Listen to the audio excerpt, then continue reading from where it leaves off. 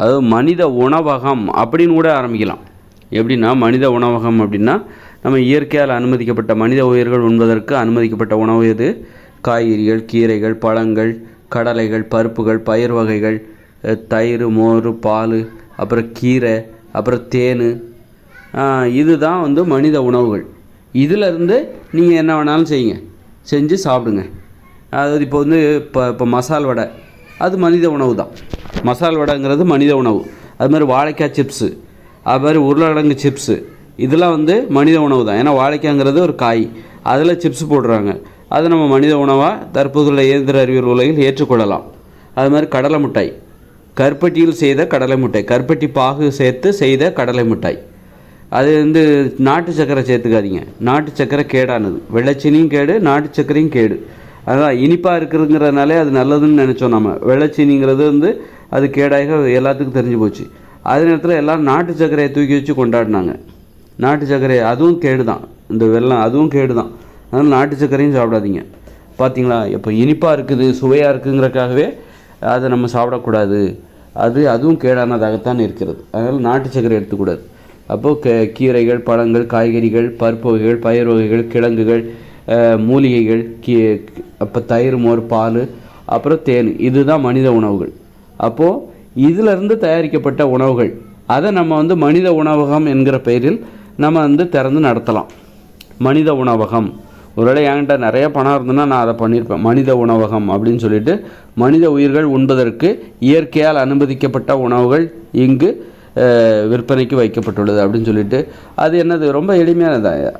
அது காய்கறி பொரியல், அதில் எதுவும் சுவையாக மக்கள் வந்து மதிய உணவாக அதில் காய்கறிகள் மட்டும். அதாவது அங்கே வந்து தானிய உணவுகள்லாம் கிடையாது. மாமிசம், மீன், முட்டையெல்லாம் இருக்காது. காய்கறிகள், பழங்கள், கீரைகள், கிழங்குகள், பயிர்கள், பருப்பு வகைகள், இதெல்லாம் சேர்த்து சுவையாக கொடுக்க முடியுமா மக்களுக்கு? மனித உணவில் இவ்வளோ விஷயம் இருக்கா? அப்போ அதை சாப்பிட்றதுக்கு மக்களாக முயற்சி பண்ணாமல், சரி வாங்கலாம் மனித உணவு என்னென்னா பார்த்துட்டு அது ஒரு பிளேட் சாப்பிட்டு போயிட்டு போயிடும். மத்தியானம் சாப்பாடு மனித உணவு, காலை சாப்பாடு, 3 வேளையும் கூட சில சமைக்கிறது. அந்த மாதிரி மனித உணவுகளை மனித உணவுகளை உண்பதற்கு அவர்களை பழக்கப்படுத்த வேண்டும். மனித உணவுகளை உண்பதற்கு மக்களை பழக்கப்படுத்துவதற்கு மனித உணவகம் என்று ஒன்று ஆரம்பிக்க வேண்டும். அங்கே வந்து இதெல்லாம் சாப்பிடலாம், இது அனுமதிக்கப்பட்டது, இதுதான் மனுஷங்களோட உணவு அப்படின்னு சொல்லிட்டு நீங்கள் அங்கங்கே ஆரம்பிச்சிட்டோன்னு வச்சுக்கோங்களேன். அதை 3 வேளையும் சிலர் சாப்பிடுவாங்க. வீட்டில் என்னாலங்கெல்லாம் சமைக்கிறதுக்கு நேரம் இல்லைங்க, இப்போ நான் அங்கே வந்து சாப்பிட்டுக்கிறேன். அதாவது உணவகமே இருக்கக்கூடாதுங்கிறது நம்முடைய கொள்கை. ஹோட்டலே இருக்கக்கூடாது, அவங்கவுங்க உணவு அவங்கவுங்களே சமைக்கணுங்கிறது தான் நம்முடைய கோட்பாடு. இருந்தாலும் மக்கள்கிட்ட மனித உணவுனா என்ன, அதை கொண்டு போய் சேர்க்கணும் அப்படின்னு நம்ம ஒரு முயற்சி எடுத்து செய்யும்போது மனித உணவகம் என்கிற பெயரில் இந்த மாதிரி ஹோட்டல் ஆரம்பித்து மக்களுக்கு மனித உயிர்கள் உண்பதற்கு இயற்கையால் அனுமதிக்கப்பட்டது இந்த இயந்திர அறிவியல் உலகில் அப்படின்னு சொல்லிட்டு நம்ம அவங்களுக்கு வந்து வாழைப்பூ வடை, அது மாதிரி வாழைக்காய் சிப்ஸு, உருளைக்கிழங்கு சிப்ஸு, பொட்டேட்டோ சிப்ஸு அப்படின்லாம், அதில் வந்து மைதாலாம் சேர்க்கக்கூடாது. அப்படி சிப்ஸ்லாம் போடும்போது அந்த மைதா, அது மாதிரி அந்த தானியங்கள், அரிசி, கேழ்வரகு, கோதுமை, இதெல்லாம் அங்கே வந்துடக்கூடாது, அதில் சேர்ந்துடக்கூடாது. அந்த மாதிரி அப்புறம் வந்து மசால் வடை, உளுந்த வடை, உளுந்து தானே, உளுந்துங்கிறது ஒரு பயிர் தானே, அதில் வந்து வெறும் உளுந்து மட்டுமே, கலப்படம் இல்லாத உளுந்து வடை, அதில் அப்படியெல்லாம் போண்டா, உளுந்து மாவில் செய்த போண்டா, அதெல்லாம் சாப்பிட்லாம். கடலை மிட்டாய், கருப்பட்டி பாகில் செய்த கடலை மிட்டாய், எள்ளு மிட்டாய் சாப்பிடக்கூடாது. எள்ளுங்கிறது ஒரு தானியம், அதனால் அதை சாப்பிடக்கூடாது. அப்படி அப்புறம் வந்து முந்திரி பருப்பு, பாதாம் பருப்பு, இதெல்லாம் போட்டு செய்த கருப்பட்டி பாகு, இதெல்லாம் சேர்த்த ஏதாவது சுவையான இனிப்பு உணவுகள், அப்படி அந்த மாதிரி. அது மாதிரி மனித உணவகம் என்கிற பேரில் நீங்கள் காலை உணவு, மதிய உணவு, இரவு உணவு அப்படிலாம் விற்கலாம். யாராவது அதில் ஆர்வம் இருந்தால் விற்கலாம். அப்படிங்கிறது என்னுடைய ஒரு ஐடியா. நல்லா இருக்குல்ல, மனித உணவகம் அப்படிங்கிறது. வித்தியாசமாக இருக்கும், வித்தியாசமான பேர், அர்த்தமுள்ள பேர். அதை சாப்பிடுவாங்க. அதை யாராவது ஒரு ஊரில் மனித உணவகம் இருக்குன்னு வச்சுக்கோங்க, 3 வேளையும் நான் அங்கே சாப்பிட்றீங்க, டெய்லி 100 ரூபா தான் ஆகுது. 3 வேளை சாப்பாட்டுக்கு டெய்லி 100 ரூபா தான் ஆகுது அப்படின்னா, அதை சாப்பிட்டு பழகும்போது என்னாகும் அப்படின்னா, கண்டிப்பாக நம்ம வந்து நல்ல கடலை எண்ணெய், நல்ல தேங்காய் எண்ணெயில் தான் அதை சமைக்கணும். அந்த நேர்மையாக அந்த தொழிலை செஞ்சோம் அப்படின்னு வச்சுக்கோங்க, மனித உணவகத்தை நடத்தணும் அப்படின்னா 3 வேளையும் அதில் சாப்பிடி பழகுறாங்க. அப்படிங்கும்போது உடல் எடை குறைவதை அவர்கள் உணர்வார்கள். அப்புறம் வந்து நோய் குணமாவதை உணர்வார்கள். அப்போ ரொம்ப நன்மை தருகிறது. அப்படிங்கும்போது அது வந்து மக்கள் மத்தியில் இன்னும் பிரபலம் அடையும். மனித உணவு முறைக்கு வீட்லேயே ஆரம்பிச்சிருவாங்க.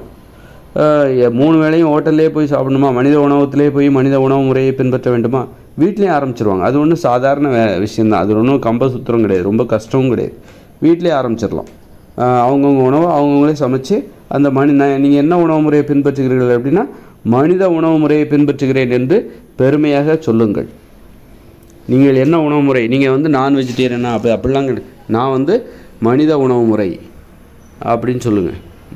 ஹியூமன் டயட் அப்படி சொல்லிடுங்க. மனித உணவு முறையை நான் பின்பற்றுகிறேன் அப்படின்னு சொல்லிவிடுங்க. அப்போ இது நல்லா இருக்குல்ல, மனித உணவு முறைங்க என்ன. அப்போ மனித உணவு முறைன்னா இதெல்லாம் தான் அப்படின்னு அப்படி ஒரு கருத்தும் மக்களுக்கு இருக்கும். மனித உணவு முறையினாலே புரிஞ்சுப்பாங்க. ஓஹோ அப்படியா, ஓ சரி, நல்லது. சரி. மனித உணவு முறையில் பார்த்திங்கன்னா நல்ல மீல்ஸ் மேக்கர், அப்புறம் அதில் பட்டாணி சுண்டல், அதில் கருணைக்கிழங்கு சின்ன சின்ன துண்டுகளாக வெட்டி அது மாதிரி பொரியல் பண்ணி அதில் ஏதாவது முந்திரி பருப்பு அப்படி வேர்க்கடலை அதெல்லாம் போட்டு அந்த மாதிரி சூப்பராக சாப்பிட்லாம், செமையாக. அதுலேயும் நல்ல சமைத்த மனித உணவு முறை, சமைக்காத மனித உணவு அப்படின்னு கூட சொல்லலாம். பச்சையாக சாப்பிட்ற பழங்கள் திராட்சை பழம், இது எல்லாமே மனித உணவு முறையில் வருது. பால், மோர், தயிர்.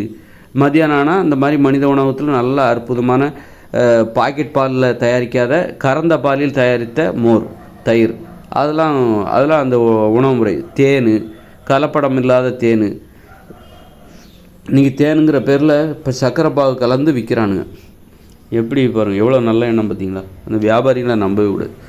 அதனால் அந்த மாதிரி மனித உணவு முறையை மக்கள்கிட்ட கொண்டு போய் சேர்க்கலாம். அற்புதமான ஒரு வழி. அதை பின்பற்றினாங்கன்னா மக்களுக்கே தெரியும். மனித உணவகத்துக்கு போனால் உடம்பு நல்லாயிருக்கும், உடல் எடை குறையும், எவ்வளோ சாப்பிட்டாலும் உடல் எடை கூடாது அப்படிங்கிற கருத்து பதிஞ்சிடும். மனித உணவகத்துக்கு போனாக்கா உடம்பில் உள்ள நோய் குறையும், நோய் நீங்கும். அப்போது அந்த உணவகத்துக்கு போகிறதுக்கு போட்டி போடுவாங்க. மனித உணவகம்னா என்ன, அது இப்போ அதாவது ஒரு ஹோட்டல் பேர் சொல்லிட்டா அது சுவையாக இருக்கும், அப்படி சுவையாக இருக்கும், வேறு ஒன்றும் கிடையாதுல்ல. வேறு ஒன்றும் ஒரு ஹோட்டலுக்குன்னு தனிச்சிறப்பு வேறு ஒன்றுமே கிடையாது.